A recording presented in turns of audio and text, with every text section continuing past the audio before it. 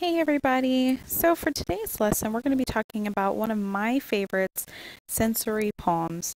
Now, sensory poems are one of my favorites because you can put so much emotion to it and so much imagination into it, especially when all you're doing is using your senses to write a poem about what's going on around you.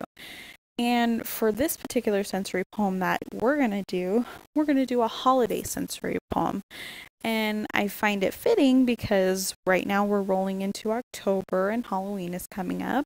And then right after, we're going to hit Thanksgiving and then Christmas. So it would be great for us to do something for the holidays. So let's dive right in. What is a sensory poem? A sensory poem is a type of poem that uses senses to describe your surroundings. So basically, anything around you can be put into your sensory poem. Anything you touch, anything you see, anything you smell, you want to put that right into your poem, and you want to use as much detail as you can. The goal is to make people feel that they're right there with you. So it goes back to using detail. You want people to see what you saw and feel what you felt, and you want them to maybe start to smell what you smell. That's how much detail you want to use. Sensory poems usually cover the five senses. I've seen some that don't, but typically you want to hit those five senses. That way, you get the full extent of the poem and everything.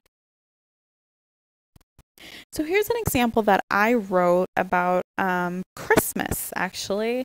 And it's one of my favorite holidays, so I knew I could do a really good sensory poem about it. I underlined all of the five senses that I used. I covered everything from smell to sound to feeling, and I even got down to eating little sweet treats. So you can take a minute to read it and then use it as an example for the assignment that we're going to do today.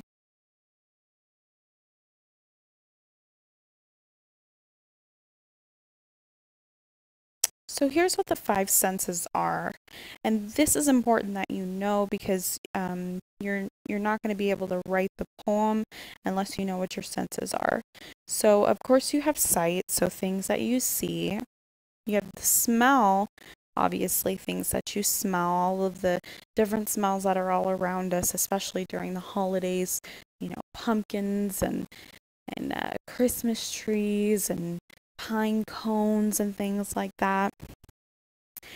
Sound, things that you hear.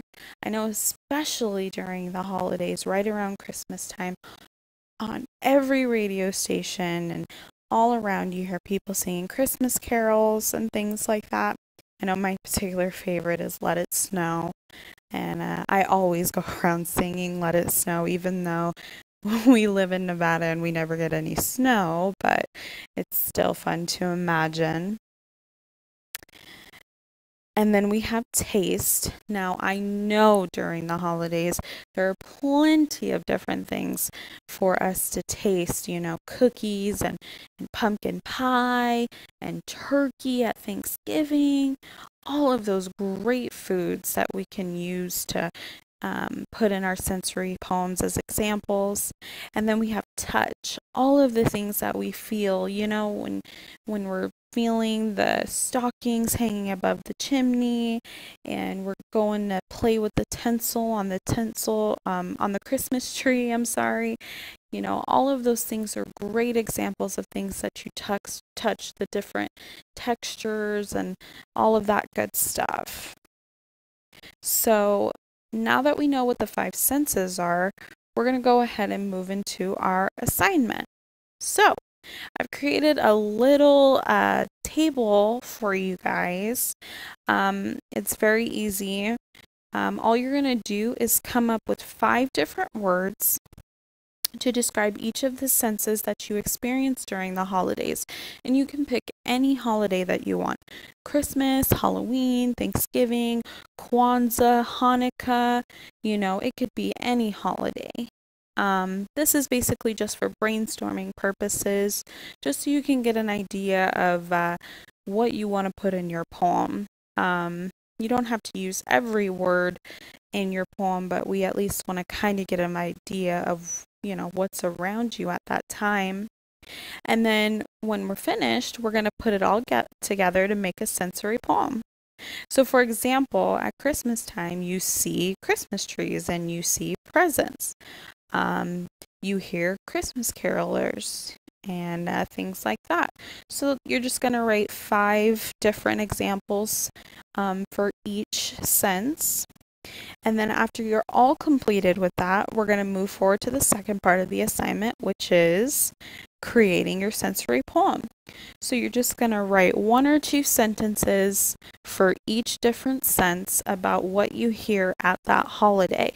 So if we go back to my example, I see the pretty lights and the pretty presents, and I hear the Christmas carolers and my mom singing Christmas songs, things like that. It's pretty easy. We're really just gonna, see and write about hearing and everything.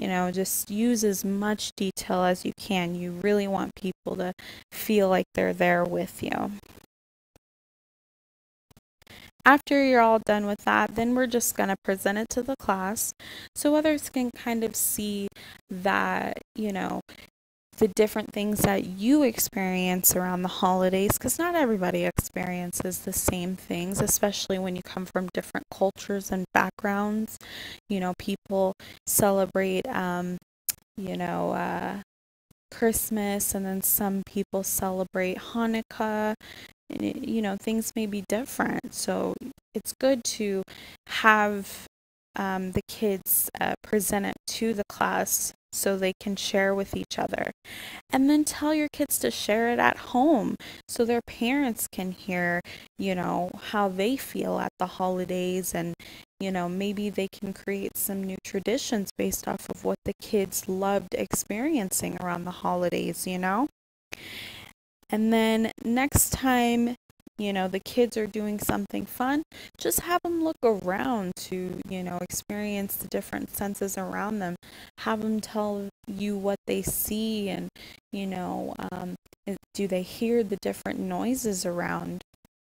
It's a really great exercise, not just for sensory poems, but just, for the classroom period. So I really hope this video helped out with understanding what a sensory poem is, and I can't wait to read the different assignments and the different poems that the students have come up with. Thank you for taking the time to watch this video. I hope you all enjoyed it, and have a great day. Bye.